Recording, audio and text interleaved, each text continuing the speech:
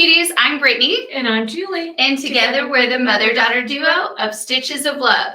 In this video, you are going to show us the basic blanket stitch, which we also sometimes call a buttonhole stitch. A buttonhole stitch. So you're doing this on a little scallop of a dress, but you can use this stitch in a variety of places along the edges of items, if you will, that you're stitching. Yeah. So if you can, they can see this. I came up right here on this first line, and then I brought my needle, my thread up again over here and came down right here, and that gave me the loop. And then I came up again. So now you can see I'm up here, coming up at the top. And so now I'm going to come down here in this point, the straight line point. And basically you're just making kind of side loops, sort of. Side loops. We're very technical around here. Yes. Let me pull this thread. I cut too long a thread. If you don't mind, will you tell us each motion you're taking? Okay. So I'm going to now, I'm up here at the top. I'm going to come down right here at this point, the straight line point, because we're trying to match these lines. And then I'm going to come up from underneath at the top of that straight line, inside the loop. So my thread is on the outside of the needle, and that's going to form a little loop there. Awesome. Again, down right here on the straight bottom line, and then at the top of that straight line, I'm going to come up, forms a loop. I have to say the sideways loop is actually a very accurate description of what it looks like. Yeah, it kind of is just a sideways loop. In this particular case is how it particularly looks. Now, can I ask this question? You are a lefty, but you sew right-handed. So would it be natural for everyone to always start at the right and work left? I do, but I suppose you don't have to. Okay. I know that me being left-handed, even though I sew with my right hand, I sometimes do things more like a left-handed person. So I don't know what a typical right-handed person would do, a normal right-handed. Do what feels good to you. I know when I've done it this way, but you're also the one that taught me. Yeah, so I don't really know. So here we are coming almost to the end here.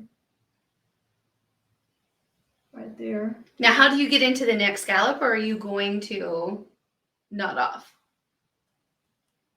I would, in this particular case, I think I'd just keep moving. So I would come up down here at the bottom. This is a good example right here of how you would start in general. Possibly. Yes. I watched her start, so this is right. But I don't have a loop there. Right, so you're starting for the very first one. Yeah. So I'm going to come back here so that I'm going to have a loop. So when you start... So now I'm going to come up again at the top of my So that line. One stitch in the corner sort of anchored for you. Hold on, we're getting a lot of your hand. There we go. Sorry. Oh, I'm getting a knot. No. This is what happens when your thread's too long.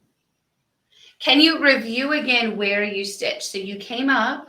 Hold on, I'm going to shorten this thread because we're going to have a problem. Bye, thread.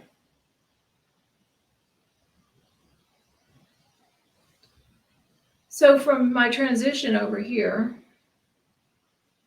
I came from this area is where I went down from this last scallop.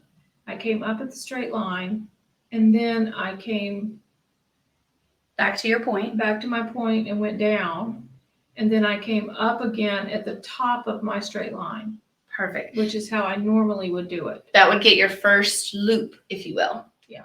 So let me adjust my thread here. Okay. Am I in the screen? You're in the screen. Okay. So I'm going to come down here in my straight line, just like I was doing. At the top of my straight line, I'm going to come up. Right here, inside the loop. See, I'm inside the loop. or my thread would be on the top, the outside.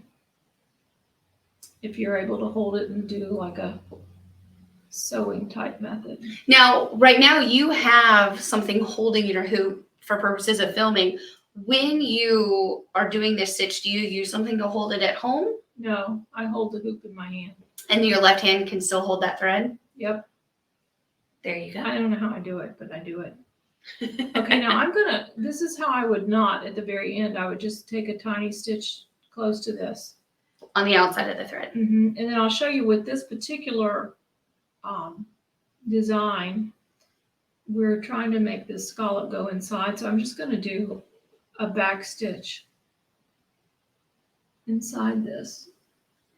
So basically the stitch naturally formed the top line, but the bottom doesn't have a line. So the back stitch colors that line so that you have the scallop. The definition of the scallop. Exactly. And it's also fun because you end up with a cute variation of the colors change.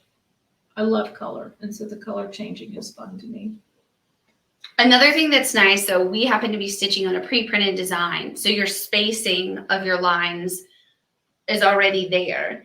If you are, say you have just a scallop without those lines in the center, do you recommend taking same amount of increments between each loop? Yeah, your blanket stitch looks nice if it's Even. Yeah.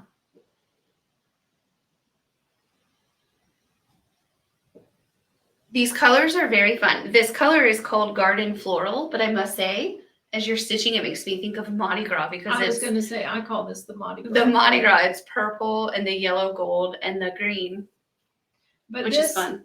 On this one, you see if you pull it too tight, you can have your blanket stitch can curl in on you, which sometimes happens. But if you're using all this, not a variegated floss, you can actually come back and maybe tack it. Take a little tack. Like if you have one that's sort of curled in, just come back and Yeah, just put it take back a where it little goes. tack. That's So, a nice trick. Yeah. So you can keep going around, and it ends up looking really cute. I have to say this is a cute design. Well, they're all cute. They're all cute. But this is actually the last video in our series of 13 hand embroidery stitch tip videos. So if you followed us all the way from the beginning, I would say you can pretty much pick up any hand embroidery project and really have fun with it because you now have a huge variety of stitches at your disposal. If you happen to just be finding us on this video tutorial, make sure to go back to our hand embroidery stitch tips playlist and watch through all 13 videos that have great tips. Don't you think? Yeah, and these are just a few that we've showed you in our series. There's way more Tons more. stitches. Even this little handbook. Yes, this has a like lot more.